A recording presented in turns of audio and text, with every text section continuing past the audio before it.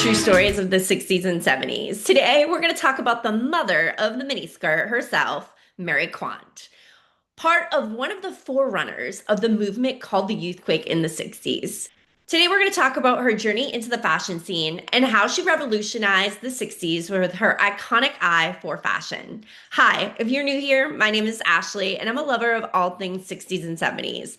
I love the fashion, obviously. I love the movies, specifically the horror movies, music, TV, and everything in between, just not the values. So if that's something you're into, stick around and hit subscribe. So let's get into it. Let's talk about the life of Mary Quant. First, we will talk about how she began her journey in the fashion industry. Second, her significant effect on the fashion of the 60s. And lastly, the legacy she left behind. Now, the reason I chose to do kind of the true story behind Mary Quant is because I absolutely love 60s fashion. Oh, to be at Carnaby Street in the peak time of the swinging 60s would be a dream. If I had a time machine, that is where I would go.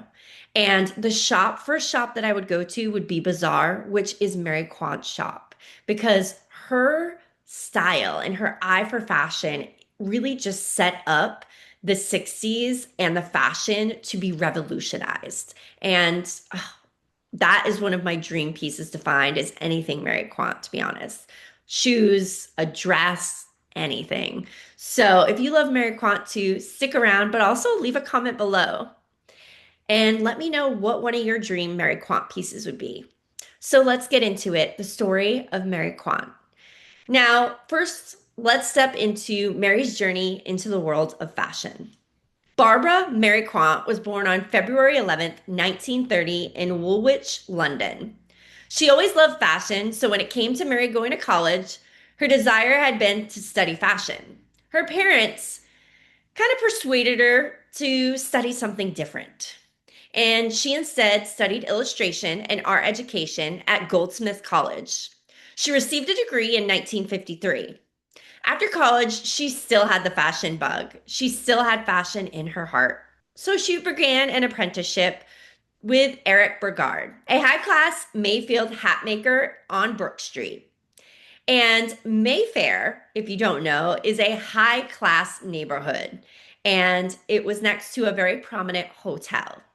So she began her fashion journey working in a very high-class area and just learning from one of the best. Mary just wanted to be a sponge and be immersed in any type of fashion she could. So when she got this apprenticeship, she was that sponge and she took in all that she could. Now, this is where her fashion journey truly began. She was then introduced to Archie McNair, who owned a photography business on Kings Road and also was an entrepreneur. He and Alexander Plunkett Green worked with Quant to purchase Markham House in 1955.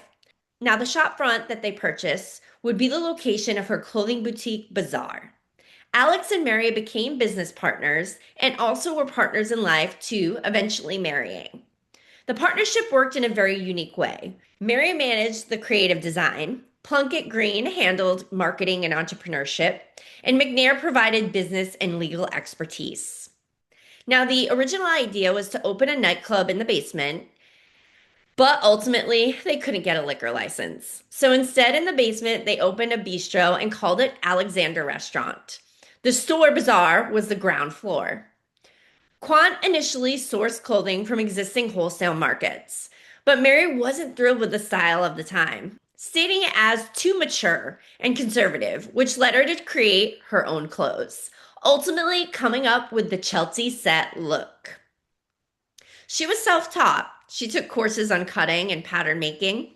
She adapted designs from her own childhood, like pleated tunics she wore to dance classes and skinny rib sweaters she created after trying on an 8-year-old boy's jumper. She was ultimately influenced by bohemian culture of the 50s and 60s London, designing clothes that allowed women to run, dance, and jump. Her debut pieces featured simple, unrestricted shapes like tunic dresses, peanut-paired collar shifts, and skinny rib sweaters. In the beginning, the way her store operated was a cottage industry cycle. The day's sales at Bazaar were used to purchase cloth, which was sewn overnight into new stock for the following morning. Her clothing evolved over time, and soon it evolved into something she is now known for, being the mother of the miniskirt. It was something she pioneered, which was shorter hemlines. She named the skirt after her favorite car, the Mini Cooper.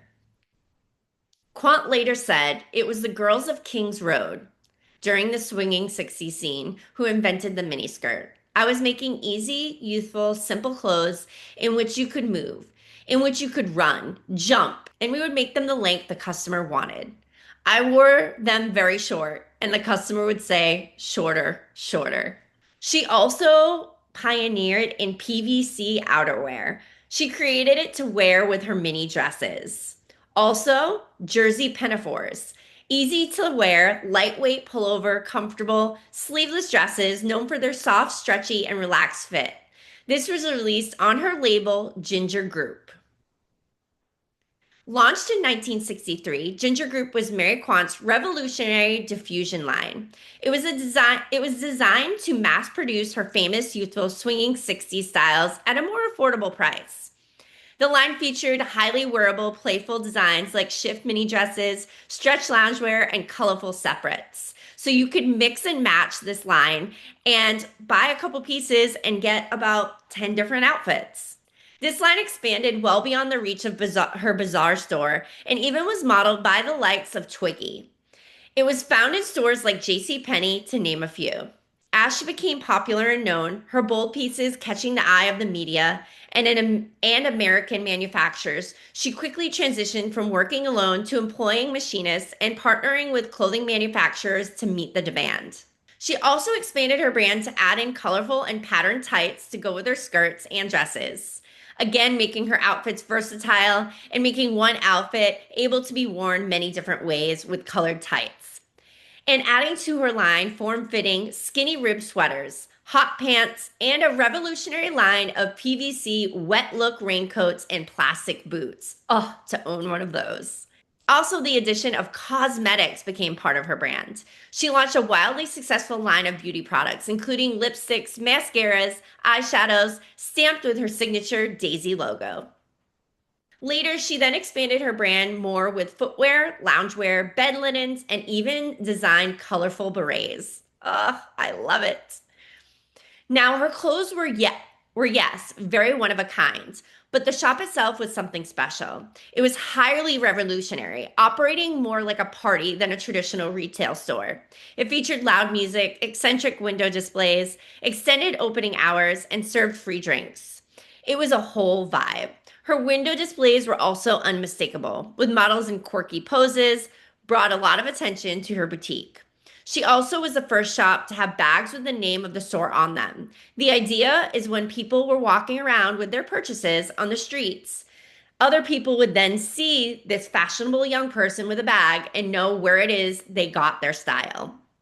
An idea that was the brainchild of her husband. She was one of the most celebrated fashion designers of the swinging 60s and carried on into the decades that followed. Now, the legacy of Mary Quant didn't end there. In 1988, Quant designed the interior of a Mini Cooper, her favorite car, originally dubbed the Mini Quant.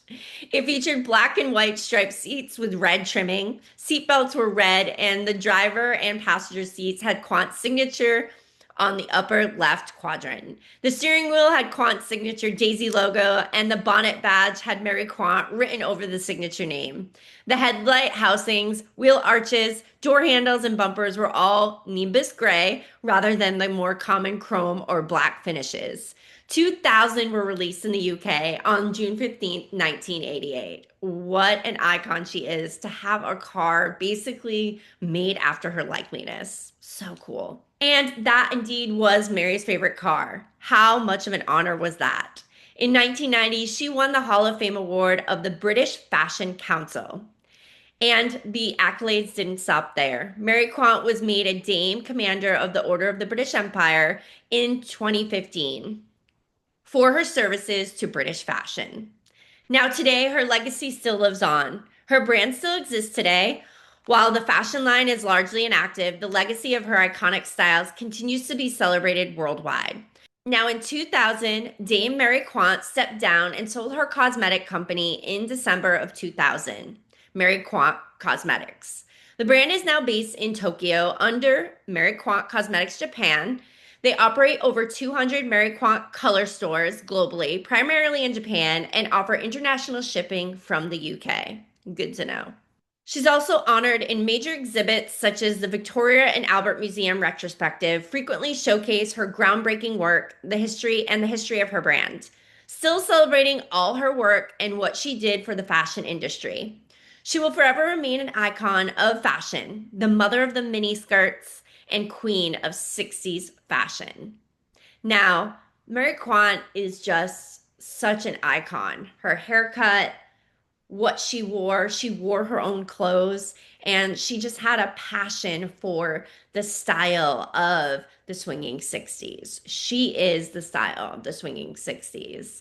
And I absolutely love her story on how she always loved fashion, yet she never like went to school for it, and she self-taught herself. She just had the eye for it. And I just think that is such a really great story and inspiring story for so many, but also to how her legacy lives on.